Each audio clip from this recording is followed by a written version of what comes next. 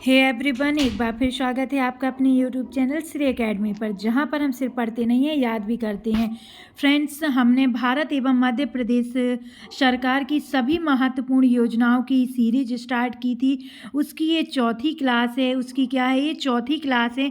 हम इससे पहले 3 क्लासेस पढ़ चुके हैं। जिनने वो क्लासेस नहीं देखे वो जाके देख सकते हैं। तो आज की क्लास में हम क्या पढ़ने वाले हैं? आज की क्लास में हम पढ़ने वाले हैं मध्य प्रदेश सरकार की अनुसूचित जनजाति से संबंधित योजना। कल की क्लास में हमने भारत सरकार की अनुसूचित जनजाति से संबंधित योजनाएं पढ़ी थी। आज की क्लास में हम पढ़ेंगे मध्य प्रदेश सरकार की अनुसूचित जनजाति से संबंधित योजनाएं। तो हम किन किन योजनाओं के बारे में पढ़ने वाले हैं उन्हें देख लेते हैं। तो सबसे पहले हम पढ़ेंगे देवारण्य योजना, फिर हम पढ़ेंगे प्रतिभा योजना, इसके बाद हम पढ़ेंगे भगवान बिरसा मुंडा स्वरोजगार योजना, इसके बाद हम पढ़ेंगे टंटिया मामा आर्थिक कल्याण योजना, फिर मुख्यमंत्री अनुसूचित जनजाति विशेष परियोजना वित्त पोषण योजना, फिर इसके बाद हम पढ़ेंगे शंखनाद योजना, और सबसे अंत में हम पढ़ेंगे मध्य प्रदेश सरकार की अनुसूचित जनजाति से संबंधित अन्य प्रयास कौन कौन से किए जा रहे हैं।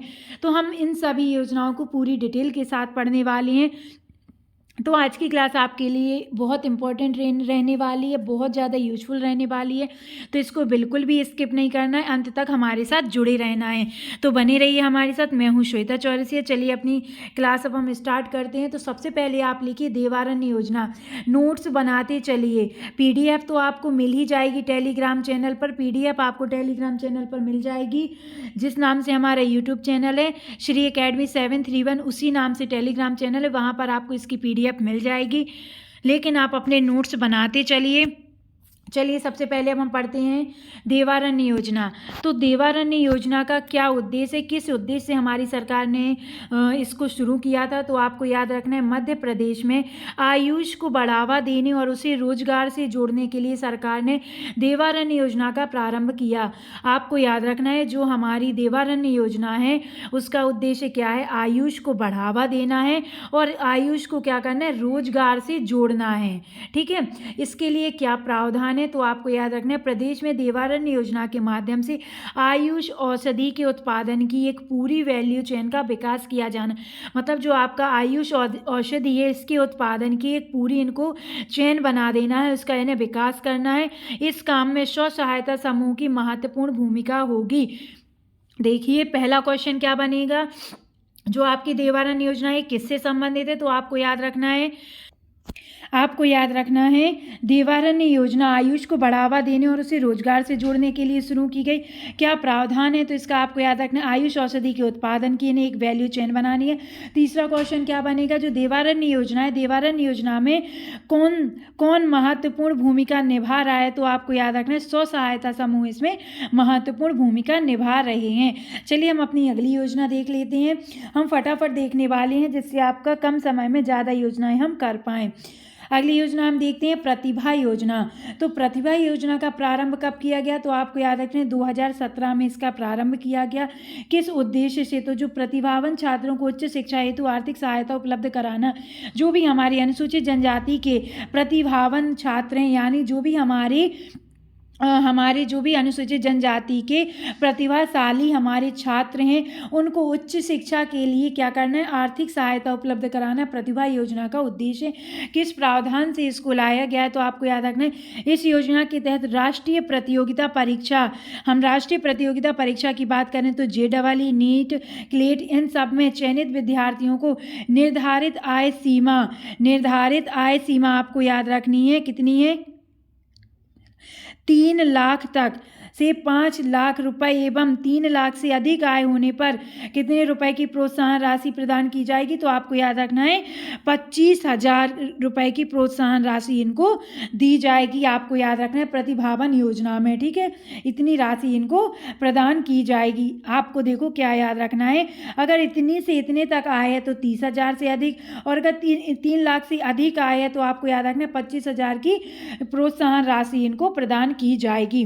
सिंपल सी बात है, 3 लाख से 5 लाख तक, या फिर सीधी आपको सिंपल बात याद रखनी है, 3 लाख से अधिक आय है तो उन्हें 25,000 रुपए की प्रोत्साहन राशि प्रदान की जाएगी। ठीक है, हम अपनी अगली योजना देखते हैं। तो हमारी अगली योजना है भगवान बिरसा मुंडा स्वरोजगार योजना। क्या है हमारी अगली योजना? भगवान बिरसा मुंडा स्वरोजगार योजना। इसका प्रारंभ कब किया गया? तो आपको याद रखना है, इसका प्रारंभ किया गया 6 सितंबर 2022 को। 6 सितंबर 2022 को हमारी भगवान बिरसा मुंडा स्वरोजगार योजना का प्रारंभ किया गया। किस उद्देश्य से? तो जो हमारे अनुसूचित जनजाति वर्ग के युवा रहते हैं, इनको स्वरोजगार की और अधिक अवसर प्रदान करना। मतलब अनुसूचित जनजाति वर्ग के युवाओं को स्वरोजगार के और अधिक अवसर प्रदान करने के लिए भगवान बिरसा मुंडा स्वरोजगार योजना लाई गई। कब? 6 सितंबर 2022 को। इसके लिए क्या प्रावधान है? तो आपको याद रखना है, भगवान बिरसा मुंडा स्वरोजगार योजना में विनिर्माण गतिविधियों के लिए 1 लाख में 50 लाख रुपए तक तथा सेवा एवं व्यवसाय गतिविधियों के लिए 1 लाख रुपए से 50 लाख रुपए तक की परियोजनाएं स्वीकृत की जाएंगी। देखिए, जो हमारी भगवान बिरसा मुंडा स्वरोजगार योजना है, इसके लिए प्रावधान रखा गया है। क्या प्रावधान रखा गया है? जो भी हमारे भगवान बिरसा मुंडा स्वरोजगार योजना में विनिर्माण गतिविधियां के लिए 1 लाख से 50 लाख रुपए तक और सेवा एवं व्यवसाय की गतिविधियों के लिए आपको याद रखना है 1 लाख से 50 लाख रुपए तक की क्या करनी है? परियोजनाओं को स्वीकृति प्रदान करनी है। आपको इतना याद रखना है। हम अपनी अगली योजना देखते हैं, टटैया मामा आर्थिक कल्याण योजना। हमारी अगली योजना क्या है? टटैया मामा आर्थिक कल्याण योजना। इसकी शुरुआत कब की गई? तो आपको याद रखना है 2023 में। कब की गई? 2023 में इसकी शुरुआत की गई। देखिए, भगवान बिरसा मुंडा 6 सितंबर 2022 आपको याद रखनी है और टटैया मामा आपको 2023 याद रखनी है। किस उद्देश्य से? तो इसका उद्देश्य है स्वरोजगार के लिए अल्प दर पर ऋण उपलब्ध कराना। अगर आपकी अनुसूचित जनजाति वर्ग का कोई भी जो हितग्राही है वो आपका ऋण लेता है, आपका क्या करता है? ऋण लेता है, तो उसे अल्प दर पर ऋण उपलब्ध कराया जाएगा। प्रावधान इसके लिए क्या है? तो आपको याद रखना है, ऐसे अनुसूचित जनजाति के सदस्य जो आय करदाता नहीं है, यानी ये टैक्स पे नहीं करते हैं और इनकी उम्र 18 से 55 वर्ष के बीच में है, उन्हें सभी प्रकार की स्वरोजगार गतिविधियों के लिए 10,000 से 1 लाख रुपए तक की परियोजनाओं के लिए बैंकों से ऋण दिलाकर हितग्राही को कितना 7% ब्याज अनुदान तथा बैंक ऋण गारंटी शुल्क प्रचलित दर पर अधिकतम 5 वर्षों के लिए दिया जाएगा। देखिए, पहला प्रावधान तो आपको ये रखना है याद, ये टैक्स पे ना करते हो। दूसरा, इनकी आयु कितनी हो? 18 से 55 वर्ष हो। ठीक है। साथ ही साथ क्या याद रखना है, सभी प्रकार की स्वरोजगार गतिविधियों के लिए 10,000 से 1 लाख रुपए तक की, कितनी? 10,000 से 1 लाख रुपए तक की परियोजनाओं के लिए बैंकों से ऋण दिलाया जाएगा। फिर इन जो हितग्राही हमारे रहेंगे, इनको 7% ब्याज लगेगा और जो इनकी अधिकतम कितने वर्षों के लिए इन्हें गारंटी दी जाएगी? तो 5 वर्षों के लिए आपको याद रखना है। ठीक है। कौन सी योजना? टटैया मामा आर्थिक कल्याण योजना 2023। हमारी अगली योजना मुख्यमंत्री अनुसूचित जनजाति विशेष परियोजना वित्त पोषण योजना। मुख्यमंत्री अनुसूचित जनजाति विशेष परियोजना वित्त पोषण योजना, प्रारंभ 2023। इसका भी प्रारंभ 2023। साथ ही साथ टटैया मामा 2023, बिरसा मुंडा 2022। ठीक है, याद हो गई ना। उद्देश्य क्या था? जो हमारी मुख्यमंत्री अनुसूचित जनजाति विशेष परियोजना वित्त पोषण योजना लाई गई, तो इसका उद्देश्य क्या था? अनुसूचित जनजाति क्षेत्रों में अवसंरचना विकास। अनुसूचित जनजाति क्षेत्रों में क्या करना है? अवसंरचना विकास। क्या प्रावधान है? तो अनुसूचित जनजाति वर्ग के हितग्राहियों को लाभान्वित करने के लिए विभिन्न विभागों, कितने? जो हमारे अनुसूचित जनजाति वर्ग के हितग्राही, इनको लाभ देने के लिए विभिन्न विभागों तथा जिला कलेक्टर में प्राप्त होने वाले ऐसी विशेष परियोजना प्रस्ताव जो लाइन विभागों की प्रचलित किसी भी योजना परियोजना में किया जाना संभव ना हो तथा अनुसूचित जनजाति वर्ग के लिए किया जाना अत्यंत उपयोगी एवं आवश्यक हो, इनको क्या करेंगे? वित्त पोषण के लिए अधिकतम कितने रुपए की संपूर्ण परियोजना लागत राशि शासन द्वारा अनुदान के रूप में किया जाएगा? तो आपको याद रखना है 2 करोड़ रुपए तक की, कितनी? 2 करोड़ रुपए तक की इनको वित्त पोषित किया जाएगा। आपको ये याद रखना है। ठीक है। अगली योजना शंखनाद योजना। क्या है हमारी अगली योजना? शंखनाद योजना। शंखनाद योजना का प्रारंभ 26 जनवरी 1997। हमने आपको कहा था यहाँ पर हम नई पुरानी सभी योजनाओं को शामिल करेंगे, तो आप देख ही सकते हैं 2023 तक की अभी हमने योजना पढ़ी। अब हम पढ़ रहे हैं 1997 की योजना, है ना, जो हमारी ये शंखनाद योजना 26 जनवरी 1997 को आई थी। साथ ही साथ आपको उद्देश्य इसके लिए याद रखना है, आदिवासी क्षेत्रों की विकास प्रक्रिया में विद्यालयों को भागीदार बनाने की योजना। जो हमारे आदिवासी क्षेत्र हैं इनकी विकास प्रक्रिया में विद्यालयों यानी स्कूलों को भागीदार बनाने की ये योजना। क्या प्रावधान है? तो हाई स्कूल से लेकर महाविद्यालयीन छात्रों की विकास वाहिनियां गठित की गई, जो इन क्षेत्रों में विभिन्न परियोजनाओं की जानकारी देंगी। देखिए, मतलब जो आपके आदिवासी क्षेत्र हैं, आदिवासी क्षेत्रों में स्कूलों की भागीदारी बनाना मतलब कैसी, तो आपको याद रखना जो हमारे हाई स्कूल से लेकर महाविद्यालय तक के जो हमारे यानी हाई स्कूल से लेकर जो हमारे कॉलेज होते हैं उन सभी के छात्रों को इकट्ठा करना, एक समूह बनाना, किस नाम से? विकास वाहिनियों के नाम से, ठीक है, गठित करना है। फिर जो ये हमारी विकास वाहिनियां हैं ये आपके सब इन क्षेत्रों में, किन क्षेत्रों की बात हो रही? आदिवासी क्षेत्रों में। आदिवासी क्षेत्रों में जितनी भी हमारी गवर्नमेंट की योजनाएं इन सभी की क्या करेंगी? ये जानकारी देंगी। तो आप समझ ही सकते हैं शंखनाद योजना, इनकी क्या करना है? इनको जानकारी देना। शंखनाद योजना आपको याद रखना है। अगली क्या है? अगली अब हम देखते हैं हमारी मध्य प्रदेश सरकार की अनुसूचित जनजाति से संबंधित कौन कौन से और अन्य प्रयास किए जाते हैं। तो आपको सबसे देखिए, अभी तो ये हो गई थी हमारी योजनाएं, इनकी अतिरिक्त भी हमारी सरकार क्या प्रयास करती है अनुसूचित जनजातियों के लिए? तो आपको देखना है सबसे पहला इनके लिए एक सलाहकार परिषद का गठन किया गया। तो देखिए, जो आपकी ये वन लाइनर फैक्ट है इनसे सीधा सीधा क्वेश्चन बनेगा। कैसे? मध्य प्रदेश जनजातीय सलाहकार परिषद की स्थापना कब हुई या कब गठन हुई? तो आपको याद रखना है 1957।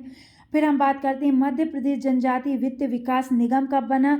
तो आपको याद रखना 1994 में। देखिए, जो आपकी जनजातीय सलाहकार परिषद है, कौन सी? जनजातीय सलाहकार परिषद, तो इसको तो आपको याद रखना है 1957। भाई हम तो भूल गए, अब हमें याद नहीं रहता है, तो आप इसे सिंपल याद रख सकते हैं। हमारा जो एमपी है, एमपी का जो पुनर्गठन हुआ वो कब हुआ? तो आप सभी जानते हैं, मतलब एमपी का जो गठन हुआ है, सॉरी, उसका कब हुआ? 1956 में। कब? 1956 में। तो इसके एक साल बाद ही आपको याद रखना है 1957 में। कैसे? कि मतलब चलो हमने गठन कर लिया, अब हमें सलाह की ज़रूरत है, जनजातियों को सलाह देनी है, तो उससे आपको इसको याद रखना है। मध्य प्रदेश जनजातीय सलाहकार परिषद हमारी 1957 में आई। ठीक है, ठीक है, अब हमें ये तो याद हो गया। अब हम एक ऐसे याद रखें, मध्य प्रदेश जनजातीय वित्त विकास निगम 1994, ये हम इसको कैसे याद रखें? तो आप इसको सिंपल याद रख लीजिए अपनी डेट ऑफ बर्थ से। कैसे? अगर देखिए किसी की 94 है तो आप समझिए कि आपका जन्म हुआ, आपको चाहिए उससे बाद है, तो मतलब एक दो जितने भी आपकी साल हैं, आपकी जो भी डेट ऑफ बर्थ है उससे आप घटा लीजिए या बढ़ा लीजिए, उसके अकॉर्डिंग आप याद कर लीजिए कि हाँ भाई अब हमें वित्त की यानी पैसे की ज़रूरत है, तो हमने क्या किया? वित्त विकास निगम को गठित कर लिया। ठीक है, ठीक है, हमने ये भी याद कर लिया। अब हम इसको कैसे याद रखें? मध्य प्रदेश राज्य अनुसूचित जनजाति आयुक्त जो हमारा आता है 1995, आपको याद रखना है मध्य प्रदेश राज्य अनुसूचित जनजाति आयुक्त 1995। कब? 1995। तो आपको इसको ऐसे याद रख लेना है कि आपने क्या किया? वित्त विकास निगम गठित कर लिया। क्या? वित्त विकास निगम की आपने स्थापना कर ली। ठीक है, अब आप समझिए कि आप इस पर ध्यान नहीं दे पा रहे हो, आपको इस तरह से याद रखना है, इस पर आप ध्यान नहीं दे पा रहे हो। ठीक है, तो आप इसमें क्या करेंगे?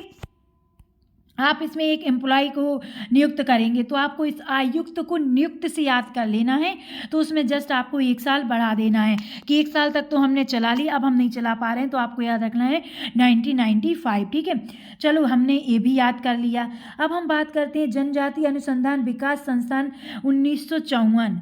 जनजाति अनुसंधान विकास संस्थान 1954 में इसकी स्थापना होती है। कहाँ पर? तो आप देखा एक लाइन से दो क्वेश्चन बने। जनजाति अनुसंधान विकास संस्थान 1954 आपको याद रखना है। कहाँ पर? भोपाल में आपको याद रखना है। अब हम इसी कैसे याद रखें? तो आप इसी ऐसे याद रख लीजिए, विकास संस्थान हमारा मतलब जो मध्य प्रदेश का गठन हुआ 1956 में हुआ, उसके 2 साल पहले ही हमने जनजाति अनुसंधान विकास संस्थान को क्या कर दिया था? गठित कर दिया था। ठीक है, हो गया याद। अब बात करते हैं वन्या रेडियो केंद्र। वन्या रेडियो केंद्र ये क्या है? इससे कैसे क्वेश्चन बनेंगे? तो आपको इससे क्वेश्चन बनेगा वन्या रेडियो केंद्र किससे संबंधित है? तो आपको याद रखना है अनुसूचित अनुसूचित जनजाति से संबंधित है उनके विकास के लिए लाया गया वन्य रेडियो केंद्र। ठीक है, हमने ये भी याद कर लिया। अब हम आगे क्या याद करना है? जनजातीय संग्रहालय। मध्य प्रदेश जनजातीय संग्रहालय कहाँ पर स्थित है? आपको याद रखना है भोपाल में। मध्य प्रदेश में आदिवासी संग्रहालय छिंदवाड़ा। देखिए सिंपल सा क्वेश्चन है, सिंपल सा क्वेश्चन है, आपको यहाँ याद रखना है जनजातीय संग्रहालय तो आपने याद रख लिया भोपाल। ठीक है, भोपाल। लेकिन हम एक ऐसे याद रखें आदिवासी संग्रहालय छिंदवाड़ा। आप हमें बताइए, हमने छिंदवाड़ा में पातालकोट के बारे में पढ़ा था ना, पातालकोट के बारे में पढ़ा था जहाँ पर हमारी आदिवासी जनजाति मतलब सबसे पिछड़ी हुई जनजाति वहाँ निवास करती है। तो बस आपको उससे इसको याद रखना है, आपको उससे सीधा सीधा इसको याद रख लेना है। इनके उत्थान के लिए हमने क्या किया है, इनको आगे बढ़ाने के लिए वहाँ पर हमने क्या कर दिया, आदिवासी संग्रहालय की स्थापना कर दी। तो आपको जनजातीय संग्रहालय भोपाल याद रखना है, आदिवासी संग्रहालय आपको छिंदवाड़ा याद रखना है। फिर आता है गुरुकुलम विद्यालय। गुरुकुलम विद्यालय किससे संबंधित है? तो आपको याद रखना है अनुसूचित जनजाति के विकास से ये संबंधित है। ठीक है, अगला क्या फैक्ट हमें याद रखना है, अनुसूचित जनजाति वर्ग के बच्चों को विभिन्न योजनाओं के माध्यम से आर्थिक सहायता देना। अगला क्या किया जाता है, जो हमारे अनुसूचित जनजाति वर्ग के बच्चे हैं इन्हें जो भी हमारी गवर्नमेंट की द्वारा, चाहे आपकी केंद्र सरकार या सेंट्रल गवर्नमेंट की योजना हो, या हम बात करें हमारी भारत सरकार की योजनाएं या हमारी जो मध्य प्रदेश सरकार की योजना है, इन सभी योजनाओं के माध्यम से हमारी अनुसूचित जनजाति वर्ग के बच्चों को क्या करना है, आर्थिक सहायता प्रदान करना। तो ये सभी प्रयास हमारी मध्य प्रदेश सरकार द्वारा किए जाते हैं अनुसूचित जनजाति से के लिए। ठीक है, किसके लिए? अनुसूचित जनजाति के लिए हमारी मध्य प्रदेश सरकार द्वारा ये सभी प्रयास किए जाते हैं जिससे इनका सामाजिक आर्थिक विकास हो सके। इनके संपूर्ण विकास के लिए हमारी गवर्नमेंट के द्वारा ये सभी प्रयास किए जाते हैं। कौन सभी प्रयास हमारे किए जाते हैं, आपको याद रखना है। चलिए, ये तो हो गई हमारी मध्य प्रदेश सरकार की सभी महत्वपूर्ण योजनाएं। किसके लिए? अनुसूचित जनजाति के लिए सभी महत्वपूर्ण योजनाएं हमने पढ़ ली हैं। कल की क्लास आपको जरूर देख लेनी है जिसमें हमने भारत सरकार की अनुसूचित जनजाति से संबंधित योजनाएं पढ़ी थी। इससे पहले क्लास में हमने देखी थी हमारी महिलाओं के लिए, महिलाओं से संबंधित जितनी योजनाएं थी, चाहे हमारी केंद्र सरकार की हो चाहे हमारी मध्य प्रदेश सरकार यानी राज्य सरकार की योजनाएं, हमने इन सभी को बहुत अच्छे से कवर किया था। आपको सभी को बहुत अच्छे से जाके पढ़ लेना और उनकी क्या कर लेने हैं, नोट्स बना लेने हैं। आप यकीन मानिए योजना से आपके एग्जाम में क्वेश्चन बनते हैं, चाहे आपका कोई भी एग्जाम हो। हम यहाँ पर सिर्फ एमपीपीएससी की बात नहीं करते हैं, UPSC, MPPSC, Vyapam, SSC, bank, railway, मतलब मध्य प्रदेश के एग्जाम तो ठीक ही है, मतलब जो हमारी भारत के जितने भी हमारे एग्जाम होते हैं उन सभी के लिए हमारी योजनाओं से संबंधित क्लास इंपॉर्टेंट रहने वाली हैं। तो इसलिए आपको इन क्लासेस को ज़्यादा से ज़्यादा शेयर करना है। साथ ही साथ अगर हमारी क्लास को आप पहली बार देख रहे हैं तो चैनल को क्या कर लेना है, सब्सक्राइब कर लेना है, क्योंकि ऐसी ही मज़ेदार क्लासेस अब आपको डेली मिलने वाली हैं। और हमारा पढ़ाना अच्छा लगा है, हमारे द्वारा दी गई जानकारी आपको अच्छी लगी तो प्लीज़ क्लास को लाइक करिए, प्यारे प्यारे से कमेंट करिए। अगर आप मैप के थ्रू किसी टॉपिक को पढ़ना चाहते हैं तो भी हमें बताइए, क्योंकि हमने मैप के थ्रू बहुत सारे टॉपिक आपको पढ़ाए हैं। साथ ही साथ आपको इसकी PDF हमारे टेलीग्राम चैनल पर मिल जाएगी। जो टेलीग्राम चैनल है हमारा वो किस नाम से है, तो श्री अकेडमी 731 से उस पर आपको मिल जाएगी। चलिए मिलते हैं हम अपनी कल की क्लास में, तब तक के लिए आप अपना ध्यान रखिए, स्वस्थ रहिए, खुश रहिए। नमस्कार दोस्तों, बाय बाय।